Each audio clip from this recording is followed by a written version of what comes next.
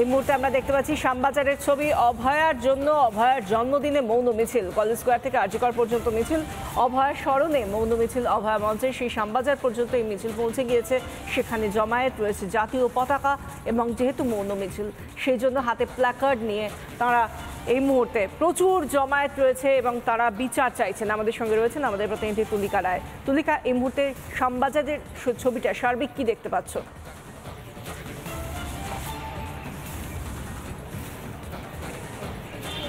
দেখো, এই মুহূর্তে কিন্তু শ্যামবাজার যে ক্রসিং, সেই ক্রসিং থেকে এই মুহূর্তে মিছিল এসে পৌঁছেছে আরজিকর হাসপাতালের সামনে। আমি এখানে সঞ্জয় নাইয়াকে সেই ছবি দেখানোর কথা বলবো। তুমি দেখতে পাচ্ছ এই মুহূর্তে যে মৌন মিছিল, সেখানে কিন্তু অগন্তি যে ব্যানার রয়েছে, সেই ব্যানার ইতিমধ্যেই তারা প্রতিবাদের স্বরূপ তারা কিন্তু এই ব্যানার নিয়ে এসেছেন এবং এই মুহূর্তে তাদের যে মিছিল এই মুহূর্তে আরজিকর হাসপাতালের সামনে এসে উপস্থিত হয়েছে। আজ অভয়ার জন্মদিন এবং আজই এই 9 আগস্ট যে ঘটনা ঘটেছে তার 6 মাস পূর্ণ হয়েছে, কিন্তু এখনো পর্যন্ত বিচার হয়নি।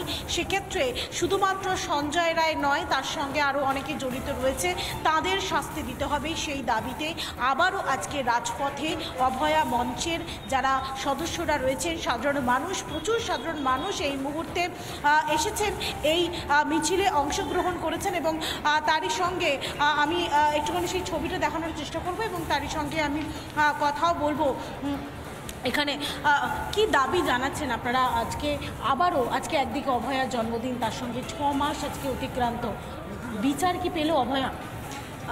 বিচার তো অভয়া পাইনি, তাই জন্যই আমরা তো এখনো রাস্তায়, যেহেতু বিচার এখনো পাইনি আর আমরা বিচার চেয়েই। আজ যেহেতু অভয়ার জন্মদিন এবং নৃশংসভাবে হত্যার 6 মাস, তাই আমরা তার সবাই মিলেই চাই তাকে উপহারে অন্তত বিচারটা দিতে, কারণ এভাবে বিচার তো আমরা ছিনিয়ে আনতেই হবে, আমরা তো ছেড়ে দিতে চাই না।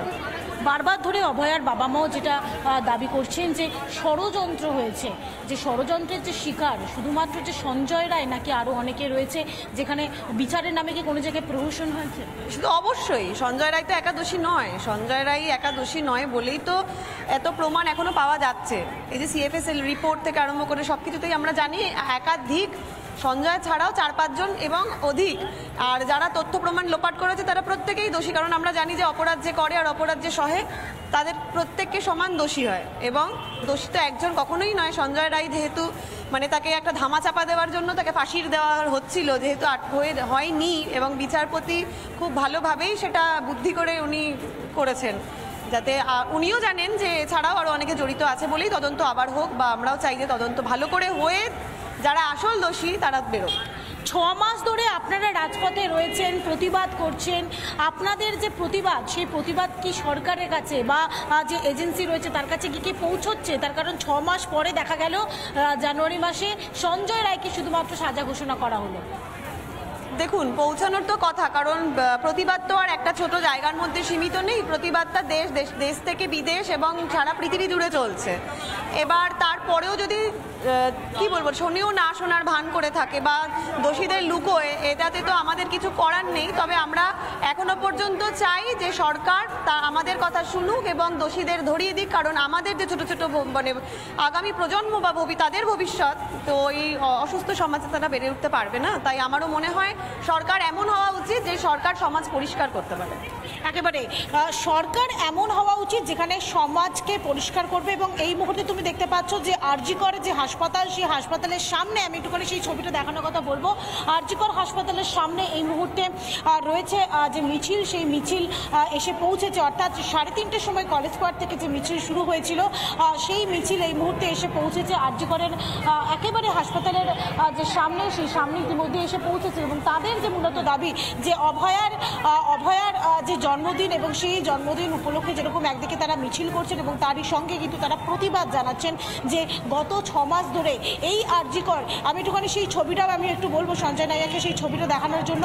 এই আরজিকর হাসপাতালে যেভাবে 9 আগস্ট যে নৃশংস যেভাবে নারকীয় একটা ঘটনা ঘটেছিল অভয়ার সঙ্গে, তার বিচার চাইছেন যারা সাধারণ মানুষরা রয়েছেন। অভয়ার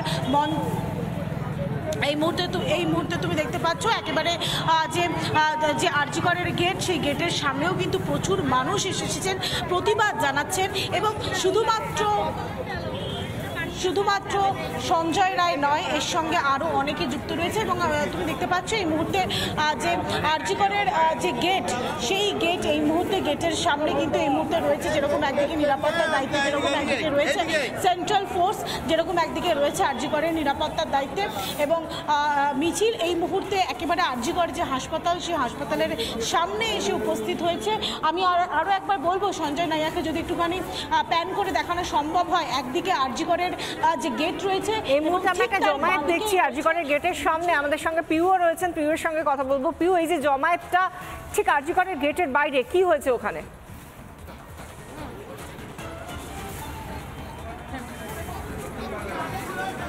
একেবারে আজকে মানে দেখো বিশাখা, মানে একটু পেছন থেকে না বললে নয়। আমরা দেখেছি যখন এখানে কোনো প্রোটেস্ট হয়, কোনো মিছিল হয়, বারবার কিন্তু পুলিশ আধিকারিকরা সেটাকে থামিয়ে দেয়। এখানে যখনই আজকে তাই দেখলাম, যখন আজকে অভয়ের জন্য দাবিতে একেবারে নাগরিক সমাজ তারা নামলেন রাস্তায়, অভয়ের যারা মঞ্চের সদস্য নামলেন, তখন তাদেরকে আটকে দেওয়া হয়েছে। রীতিমতো তর্কাতর্কি হচ্ছে পুলিশের সঙ্গে, এক প্রকার বলা যায়। একেবারে বলা যায় এই মুহূর্তে ঘটনাস্থল পরিবেশ, প্রত্যেকে হই হই করছেন, বলছেন যে গেট ভেঙে দেওয়া হোক। কিন্তু তাদের দাবি, তারা তো একটা সুষ্ঠুভাবে তারা রাস্তায় নেমেছিলেন, তারা মৌন মিছিল করছিলেন, কিন্তু এই মৌন মিছিলের মাঝখানে কেন এভাবে তাদেরকে আটকে দেওয়া হলো? কেন ভিতরে ঢুকতে দেওয়া হচ্ছে না? এটাই তো অভয়ের কর্মক্ষেত্র, এখানে তো অভয় কাজ করতো এবং এখানে ডিউটিরত অবস্থায় তার মৃত্যু হয়েছে। বলা ভালো শুধুমাত্র নর্মাল ডেথ নয়, এটাকে খুন করা হয়েছে, ধর্ষণ করা হয়েছে। এবং সেখানে তাহলে কেন একটু যদি শোনানো যায় চিকিৎসকরা কি বলছেন? স্ট্যাম্পেড হয়ে যাওয়ার ভয় পাচ্ছেন প্রত্যেকে। এখানে এতটাই ভিড় এবং তাদেরকে সবাইকে কথা বলার চেষ্টা করবো বিশাখা, কিন্তু এখানে এই মুহূর্তে এতটাই ধস্তাধস্তি হচ্ছে, কথা বলার চেষ্টা করবো আমরা। আপনি যাবেন? কি বলছেন দাদা? এখানে আটকে চল আপনি ভেতরে যান, কোনো যুক্তি নেই। সরকার থেকে বলেছে আটকে দিতে। সরকার থেকে বলেছে, পুলিশকে এটা পুরো মুখ থেকে বললো? হ্যাঁ বলেছে, সরকার বলেছে আটকে দিতে। সরকার কেন বলেছে? হসপিটালের মধ্যে ঢুকতে দেবো না, একটা হসপিটালের মধ্যে ঢুকতে দেবো না। একটা হাসপাতালে এরকম ভাবে আটকানো যায়? পেশেন্ট পার্টি আসছে দেখার জন্য, বিভিন্ন ক্ষেত্রে এরকম ভাবে করা যায় এরকম ভাবে? এটাই কি কারণ? কারণ তো হচ্ছে সরকার ভয় পাচ্ছে, এটা তো মূল কারণ। সবাই জানে যে এই অভয়ার যে ধর্ষণ এবং খুন, এই সরকার যে ছত্রে ছত্রে দায়ী এবং প্রতিবাদকে যে সরকার ভয় পাচ্ছে। বোঝা যাচ্ছে যে কোথাও গিয়ে একটা বচসার আকার ধারণ করেছে। সেই জায়গা থেকে চিকিৎসকরা যারা রয়েছেন তারাও কথা বলছেন, আমরা দেখতে পাচ্ছি। অনেক ধন্যবাদ তোমাদের দুজনকেই। নানা ধরনের কন্টেন্ট দেখার জন্য লাইক করুন, শেয়ার করুন আমাদের ফেসবুক পেজ, সাবস্ক্রাইব করুন আমাদের ইউটিউব চ্যানেল। পাশাপাশি অন্যান্য ব্রেকিং নিউজের জন্য অবশ্যই চোখ রাখুন রিপাবলিক বাংলায়।